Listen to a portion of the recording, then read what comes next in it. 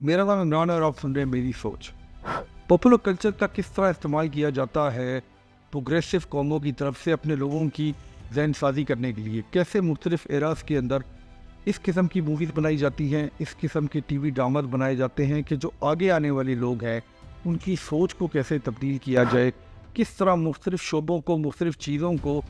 Glamorize किया गया TV का इस्तेमाल करके, फिल्मों का इस्तेमाल करके और पॉपुलर कल्चर का इस्तेमाल करके। और पाकिस्तान की जब हम पॉपुलर कल्चर की टीवी की हिस्ट्री को देखते हैं तो हमें क्या नज़र आता है कि 1980 से लेके आज तक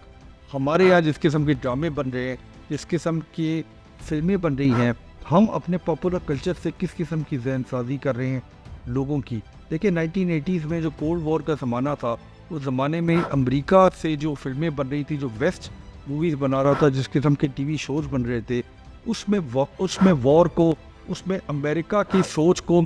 सिविल लिबर्टीज़ को, अमेरिका की डेमोक्रेसी को बहुत ज़्यादा प्रमोट किया जा रहा था। जो एक्शन हीरोज़ का ज़माना है, उस ज़माने में एक एक्शन हीरो, एक शख्स अपने शहर से, अपने घर से निकलता है और वो ईवल की फोर्सेस को डिफीट कर देता है, हरा देता है। और इस चीज़ को, इस इंडिविजुअल एक्टिविज़म को बहुत ज़्यादा प्रमोट किया गया। Airwolf, Knight Rider, Star Trek, Die Hard, Rambo, Rocky, Commando और इस किस्म की बहुत सारी फिल्में जो हैं वो रिलीज़ की जाती थी।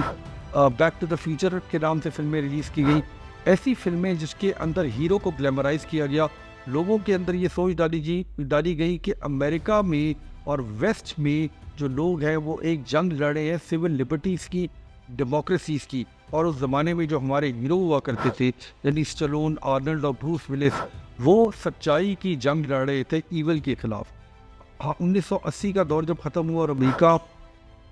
कोल्ड वॉर को जीत गया, रशियन एम्पायर जो है वो डिफीट हो गई, रशिया जो है यूएसएसआर डिफीट हो गया, तो उसके बाद एक नया दौर आया और उस नए दौर में प्रोग्रेसिव सोच आई। उस नए दौर में पैसे कमाने को बहुत ज़्यादा इम्पोर्टेंस दी गई और अमेरिका में एक दौर आया जहाँ पे बहुत ज़्यादा डॉक्टर्स के ऊपर फिल्में और ड्रामाज बनना शुरू हो गए। उस ज़माने में ER, फ्रेजर, बेवरली हिल्स 90210 जिसके अंदर अमेरिकन स्कूल लाइफ को ग्लैमराइज किया गया था, शिकागो होप, डूगी हाउजर के नाम से इस बात को ग्लैमराइज किया गया कि अगर आप डॉक्टर बनेंगे तो आपकी ज़िंदगी बहुत अच्छी होगी, आप एक बहुत ग्लैमरस लाइफ गुजारेंगे। और मुझे यकीन है कि उस ज़माने में जो यंग लोग टीवी देखते थे उनकी ये सोच होगी कि हमें मेडिकल प्रोफेशन में जाना चाहिए, इसमें पैसा भी है, इसमें ग्लैमर भी है। और इस तरह से एक बहुत बड़ी पौध तैयार हो गई और इस तरह से यंग लोगों की जहनसाजी हो गई कि मेडिकल प्रोफेशन जो है वो शायद आपके फ्यूचर के लिए सबसे अच्छी चॉइस है। फाइनली जी बिज़नेस का ज़माना आ गया और फिर अमेरिका में और वेस्ट में जो फिल्में और ड्रामाज बनना शुरू हो गए, वो बिज़नेस लाइफ को, वो वॉल स्ट्रीट को, वो स्टॉक एक्सचेंज की मामलात को ग्लैमराइज करना शुरू उन्होंने कर दिया। और मैड मैन और वॉल स्ट्रीट के नाम से फिल्में और ड्रामाज बने और उसके अलावा बहुत सारी ऐसी प्रोडक्शंस बनाई गई जिसके अंदर लॉयर्स को और जिसके अंदर बिजनेसमैन को ग्लैमराइज किया गया, पैसे बनाने को इम्पोर्टेंस दी गई। और 1990 और 2000s के शुरू में हम ये देखते हैं कि अमेरिका के अंदर एक चेंज आया और लोगों का फोकस जो है वो सिविल लिबर्टीज़ और जंग से ज़्यादा चेंज करके उसको बिजनेस की तरफ, पैसा बनाने की तरफ लेके गए। बिजनेस स्कूल्स की बहुत ज़्यादा इंपॉर्टेंस दी गई और MBA करना जो है वो शायद सबसे बड़ी क्वालिफिकेशन समझा जाता था 1990s के दौर में। और फाइनली आज जब हम देखते हैं जो साइंस का दौर है, जो टेक्नोलॉजी का दौर है, तो उसके अंदर अब जो सबसे पॉपुलर ड्रामाज हम अमेरिका और वेस्ट से देखते हैं, जैसे बिग बैंग थ्योरी है, जिसमें ये समझाया गया है कि अगर आप गीक हो,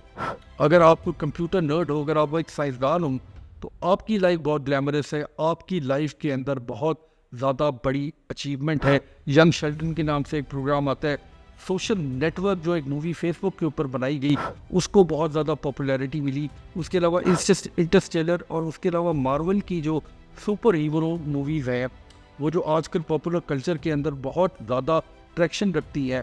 इन फिल्मों के ज़रिए यंग लोगों को ये समझाया गया कि अगर आप साइंस की एजुकेशन लेंगे, साइंस की तरफ आप पढ़ेंगे, साइंस पढ़ेंगे, तो आपकी लाइफ बड़ी ग्लैमरस होगी, आपकी सोच के अंदर बहुत ज़्यादा तरक्की आएगी। ये जो पॉपुलर कल्चर का इस्तेमाल वेस्ट ने सीख लिया,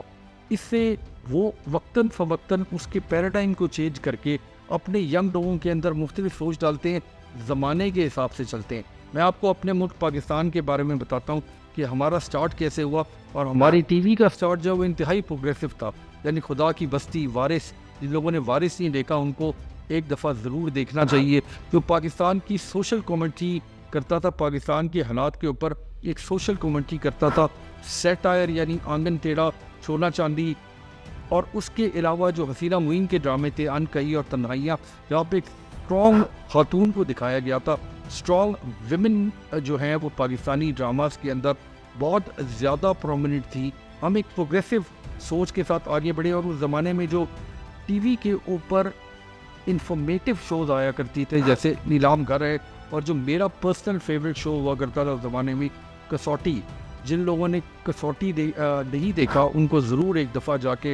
यूट्यूब पे देखना चाहिए कि पाकिस्तान के अंदर इंफॉर्मेशन को, पाकिस्तान के अंदर वुमेन एम्पावरमेंट को और सोशल सैटायर को कितनी खूबसूरती से बनाया जाता था। मगर आज जब मैं देखता हूँ कि पाकिस्तान में किस किस्म के ड्रामे बन रहे हैं, तो हमने अपने सारे सिस्टम को फैमिली के ऊपर कन्वर्ट कर दिया है। हमारे यहाँ मॉर्निंग टॉक शोज़ जिसमें शादियों की बातें होती हैं, और हमारे यहाँ जिन ड्रामास को ट्रैक्शन मिलती है, जो ड्रामे पॉपुलर होते हैं, वो सिर्फ फैमिली के ऊपर होते हैं, वायलेंस अगेंस्ट वुमेन के ऊपर होते हैं, बहुत ज़्यादा जो है वो कॉम्प्लिकेटेड रिलेशनशिप्स के ऊपर होते हैं।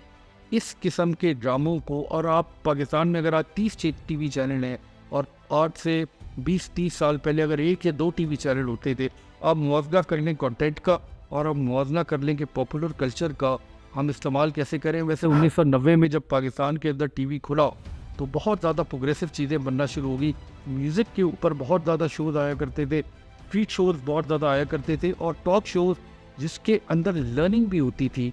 उनको बहुत ज़्यादा लोग देखा करते थे। मगर आहिस्ता आहिस्ता आहिस्ता हमने ये सोच लिया कि हमने सिर्फ जो है वो फैमिली ड्रामास बनाने, फैमिली लाइफ के ऊपर बनाने हैं, और किसी किस्म की और बात नहीं करनी। आप अगर फिल्मों की तरफ भी देख लें तो लव ट्रायंगल्स के ऊपर फिल्में बनती हैं, ऐसी फिल्में बनती हैं जो बेसिकली अफसाना बेस्ड होती हैं, और ऐसी फिल्में जिनके अंदर हम कोई प्रोग्रेसिव एलिमेंट डालें, उस किस्म की फिल्में नहीं बनती। सैटायर तो तकरीबन पाकिस्तान से ख़त्म हो गया।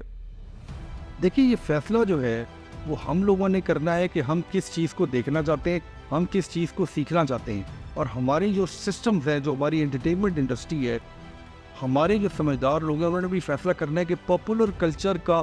कैसे इस्तेमाल किया जाए, ताकि लोगों को ये समझ आए कि साइंस पढ़ना ज़रूरी है, इंफॉर्मेशन और नॉलेज की बहुत ज़्यादा मुल्क के अंदर ज़रूरत है, और हमारे सोशल इश्यूज़ क्या हैं, और इंटरेस्टिंग चीज़ें लिखी जाएँ, इंटरेस्टिंग चीज़ें बनाई जाएँ, ताकि हमारे लोगों में, हमारे नौजवानों में वो सोच जो पॉजिटिव सोच है, जो तरक्की की सोच है, तरक्की पसंद सोच है, उसको फ़रोग मिले। मुझे उम्मीद है कि इस छोटी सी वीडियो से आपको ये जो हिस्ट्री है पॉपुलर कल्चर की, और उसका इस्तेमाल कौमों की डायरेक्शन को चेंज करने के लिए, ये कितना पिवटल है। और मुझे यकीन है कि पाकिस्तान में जैसे जैसे टीवी ड्रामास की पॉपुलैरिटी कम होती जा रही है, टीवी की पॉपुलैरिटी कम होती जा रही है, सोशल मीडिया पर लोग शिफ्ट होते जा रहे हैं, तो हम बेहतर कंटेंट, बेहतर इंफॉर्मेटिव कंटेंट, बेहतर सैटायर और बेहतर